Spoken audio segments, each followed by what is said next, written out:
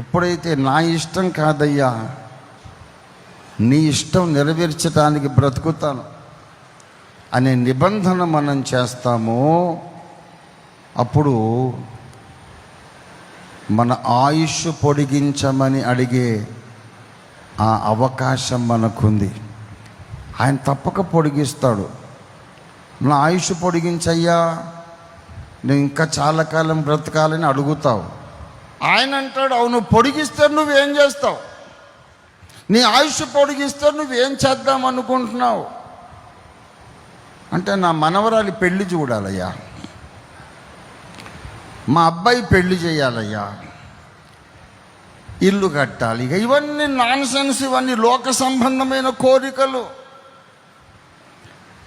నువ్వు నీ లోక సంబంధమైన ఆశలు కోరికలు నెరవేర్చుకోవడానికి దేవుడు తన శక్తిని వినియోగించడు. దేవుని నిత్య సంకల్పం, ప్రపంచ మానవాళి రక్షణ ప్రణాళిక, వధువు సంఘ నిర్మాణం, కోట్లాది ప్రజలను రాకడ కొరకు సిద్ధపరచడం. ఈ ప్రణాళికలో నీవు సైనికురాలివైతే దీర్ఘాయుష్షు నీ జన్మ హక్కు. దేవునికి స్తోత్రం కలుగునుగాక.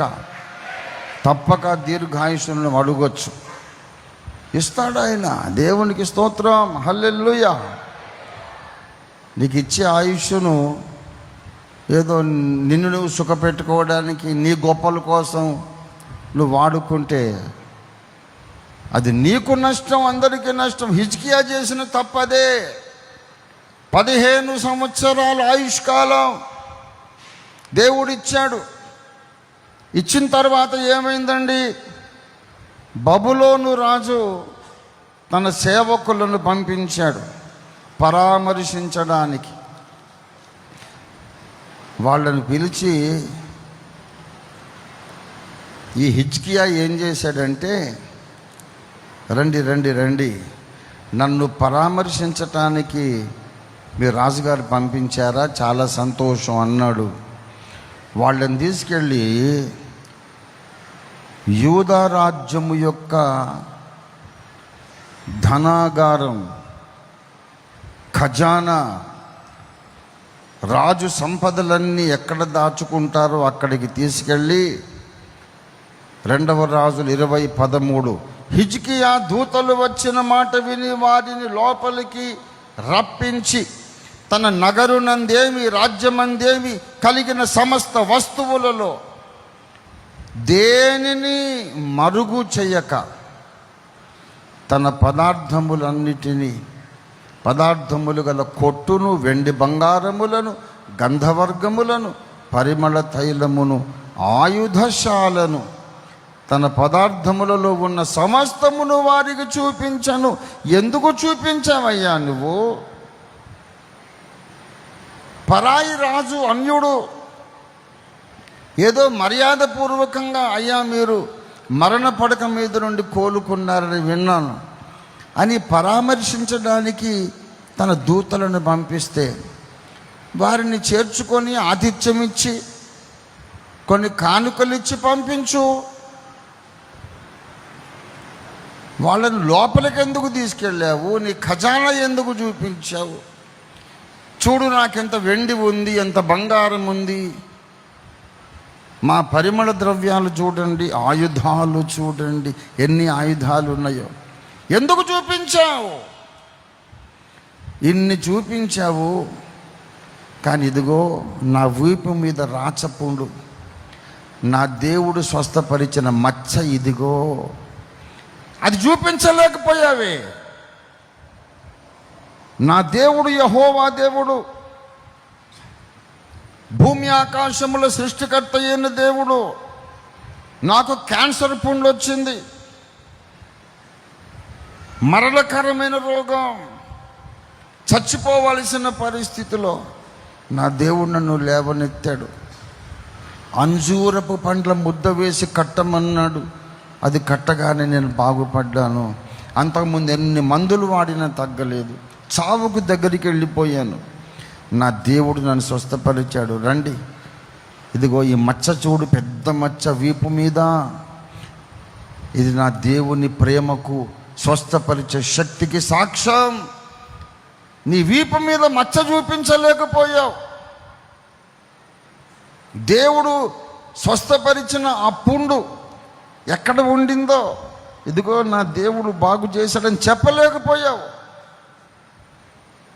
నాకు ఇంత బంగారం ఉంది, ఇంత వెండి ఉంది, ఇన్ని ఆయుధాలు ఉన్నాయి అని చెప్తావా? దేవుని గొప్పతనం చెప్పలేవు కానీ నీ గొప్పతనం చెప్పుకుంటావా? దేవుడు ఏమన్నాడు తెలుసా? 2వ రాజులు 20వ అధ్యాయం 16. అంతటా యెషయా హిజ్కియాతో ఇట్లా నేను యెహోవా సెలవిచ్చు మాట వినుము. వచ్చు దినములలో ఏమియో మిగలకుండా నీ నగరునందున్న సమస్తమును నేటి వరకు నీ పితరులు సమకూర్చి దాచిపెట్టినదంతయును బబులోను పట్టణమునకు ఎత్తుకొని పోబడును. మరియు నీ గర్భమందు పుట్టిన నీ పుత్ర సంతును బబులోను రాజు నగరునందు నపుంసకులుగా చేయుటకాయి వారిని తీసుకొని పోవుదురు. ఇంత ఉపద్రవం వచ్చింది, ఇంత వినాశనం వచ్చింది. యెరూషలేము పట్టణం, దేవాలయం ధ్వంసం అయిపోయింది. సమస్తం దోచుకుపోయారు. ఏదేది చూపించావో అదంతా దోచుకుపోతారు. ఇంత నాశనం తెచ్చిపెట్టే కంటే నువ్వు మరణమగుచున్నావు, బ్రతుకవు, ఇల్లు చక్కబెట్టుకోమని చెప్పినప్పుడే ఇల్లు చక్కబెట్టుకొని 3వ ఆకాశానికి పరదైసుకు. అప్పట్లో భూగర్భం అనుకోండి, భక్తుల విశ్రాంతి స్థలానికి వెళ్ళిపోతే ఎంత బాగుండును. ఏడవమని చెప్పలేదు ఆయన, ఇల్లు చక్కబెట్టుకోమని చెప్పాడు. ఆయుష్ పెంచమని ఏడవడం కొరకు బయలుపరచలేదు. నీ ఆయుష్కాలం అయిపోయింది, ఇల్లు చక్కబెట్టుకొని సిద్ధపాటు కొరకు చెబితే సిద్ధపడ్డం మానేసి, ఏమీ ఆయనకి ఒక ప్రణాళిక లేదు. ఇంకొక 10-15 ఏళ్ళు బ్రతికితే దేవా నీ కొరకు ఇది చేస్తాను, అది చేస్తాను, ఏమీ లేదు. దేవుని కొరకు బ్రతకాలనే ప్రణాళిక లేదు. కానీ ఊరికనే సరదాగా బ్రతకాలనుకున్నాడు. గురి లేని దీర్ఘాయుష్షు ప్రమాదకరం. గురి యొద్దకు పరిగెత్తడం ఇష్టం లేని వాళ్లకు దీర్ఘాయుష్ ఉంటే ప్రమాదకరం. హిజ్కియా చేసినట్టు పిచ్చి పిచ్చి పనులన్నీ చేస్తారు. తమ కుటుంబం మీదికి, దేవుని సమాజం మీదికి ఉగ్రతను తెస్తారు.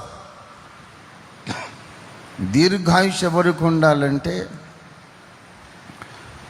నేను బ్రతికే ప్రతి నిమిషము దేవుని కొరకే అనే నిబంధన చేసుకున్న వాళ్లకు దీర్ఘాయుష్ ఉంటే లోకము దీవించబడుతుంది, లక్షల మంది రక్షణ పొందుతారు, సంఘము కట్టబడుతుంది, వధువు నిర్మాణం అవుతుంది.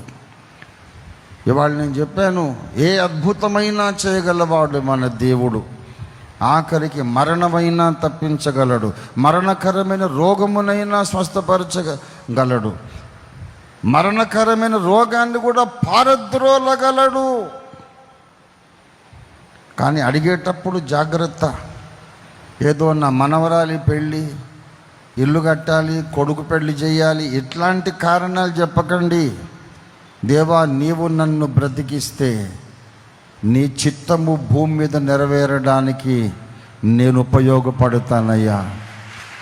నా కోసం కాదు, నీ కోసం బ్రతుకుతాను.